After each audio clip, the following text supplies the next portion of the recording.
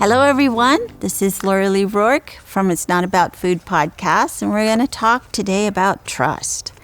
I love this body card that Carol and I came up with. We were not the artists. We were the writers because we're not really good artists, but we had it in our head what we wanted them all to look like, so we got them. And the goddess is standing on her head. And she's got her arms out. So she is really trusting the world. She's trusting the earth to hold her up, even upside down. And the deer animal is kind of looking at her like, what are you doing? But the deer is kind of trusting her as well. And it's a very sweet card. And the back of the card reads, trust is the knowing that our bodies are living intelligences, giving us immediate feedback about what does and doesn't work for us. When we stop viewing our bodies as something we need to control and manipulate, we can begin seeing them as very wise teachers. When we start to trust our bodies, we can listen and understand what they need. And I find that this is a very good card to have in the middle of summer when you are maybe traveling, you're trusting the airplane to stay up in the air, you're trusting that the country or the place that you go to will be there when you get there, and you're trusting that when you come home, you'll live in the same place that you have been. And it made me think about how much we really do have to trust in our lives all the time. All the time. And I think in a lot of times, and I'll just speak for myself, I forget that. I forget that I have a path. I forget that I have a body that knows much more than my brain knows. I forget that I have a spirit that if I can listen to my spirit and listen to my emotional body and listen to my physical body, I'm never confused or upset, and I can get through anything. One day at a time, of course, but I can get through anything when I can listen to and trust myself, my body, my spirit. And I think that we can open up that trust to others as well, trusting them to listen to their bodies, trusting them to listen to their spirit, trusting them to listen to their emotional selves, and not putting my trust in myself that they should do what I'm doing, that they should trust the same way as I do, because I have no idea what it's like to walk around in their skin. I know what it is to walk around in my skin, but, for a long time, I didn't even know that. I had to learn how to trust myself and my body. So trusting, standing on your head upside down, is a lot of trust. Not only that the world is going to support you in doing that, the earth is going to support you, or the yoga mat, or the yoga teacher, or somebody is going to sort of make sure that you're okay, or you're going to make sure you're okay. It really does take a lot of trust and faith in the human race and in the world, when sometimes we get overwhelmed thinking that I don't trust this life as far as I can throw this life. But we need to learn how to trust ourselves.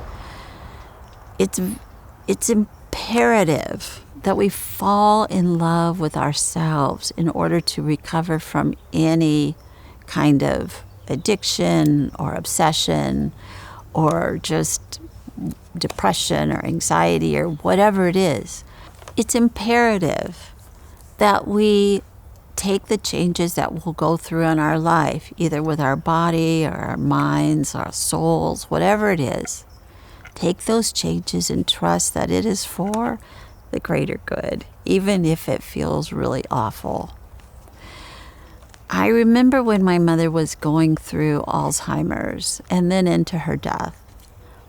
And I Alzheimer's it broke my heart to see her struggling with it. But really, what happened is once she went through it and she was in the Alzheimer's, she had no idea that she had Alzheimer's. Like before, she kind of knew she was going that way. But then once she went all the way through, she sort of trusted. She trusted the people who were taking care of her. She trusted me that I was there, and my sisters and my brothers. She became a trusting person when that wasn't how she was when she didn't have Alzheimer's. She was not a very trusting person. And I think that that's what I'm trying to talk about today, is how do we trust ourselves? How do we trust each other when bad things happen, really sad things happen? My little dog, Sheila, that's under this chair, she trusts me completely. I can handle her. I can turn her upside down. She may not like it, but she goes with it. She's very trusting. My kitty, pretty trusting, but she has a limit. She has a boundary. And I find that a lot of my friends are just very trusting of me. You know, they know me and they think things about me, and they believe that I will not turn into a crazy maniac, even though I have been one in my life. So what's great about that is it keeps me trustworthy, that I'm being trusted, and it keeps me being able to trust them because they're trustworthy. I don't know if I'm making sense, but to me, it's our foundation almost to. You look at a little baby and they're born and they trust completely that they're going to get fed, they're going to get changed. They think their body is pretty cool and everything is okay. You know, it's only when we grow up and start to see things go really weird that we stop trusting. But I feel like that is a part of me that I would like to bring back into my life. That even though things are happening in the world that just break my heart about it, I still want to be able to trust in the greater good. I still want to be trusting of my fellow human beings. I still want to be trusting in this glorious, beautiful world. You know, because like there's music, you know, that's pretty great. There's art, that's fabulous. There's wonderful books, there's movies, and there's, you know, I have a garden, there's tomatoes. How can you not trust a world that has a tomato in it? So I want to really talk about, or just sort of put that out in the world at these sort of dog days of summer when it's really hot and maybe you have guests from out of town, or maybe you're a guest from out of town and, you know, we're a little bit unsettled. Trust in your life. Trust in yourself, your spirit, your mind, and your body. And trust in other people to be there as well. Trust the pilot that's got the plane handled. It is a little bit hard for me to do that, especially because I have flown planes before and I know how scary they are. But I've traveled a lot and I've never been in a plane wreck, so I'm going to be okay with it. So I want to leave you with these ideas. You know, how do I trust? Because things are so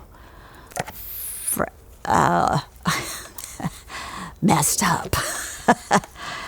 Here's how we do it. I'm going to give you like a few things to remember. Today I will practice trusting my body completely to tell me what it needs. I will trust it to tell me if I'm hot or cold, hungry or full, tired or energetic, at ease or uncomfortable. I will listen to its signals and sensations, and I will respond to what it needs. So I'm asking you to go back to being an infant or a toddler, because this is what they think. This is what they do. They trust their body, and they trust if they cry, there's going to be a bottle. And they trust when they're full, they get to turn their head away. And they trust that in the bottle is going to be food that they can handle. So I'd like us all for the rest of the summer to be like a baby. Trust in yourself. Trust in your body. Trust in your life. And trust. Trust the universe that will hold you no matter what happens. Thank you so much for listening. Thank you for being here. And we'll see you next month. Please think about becoming a Patreon supporter. I'd love to have you be one of the supporters of the show. And happy summer. Thank you.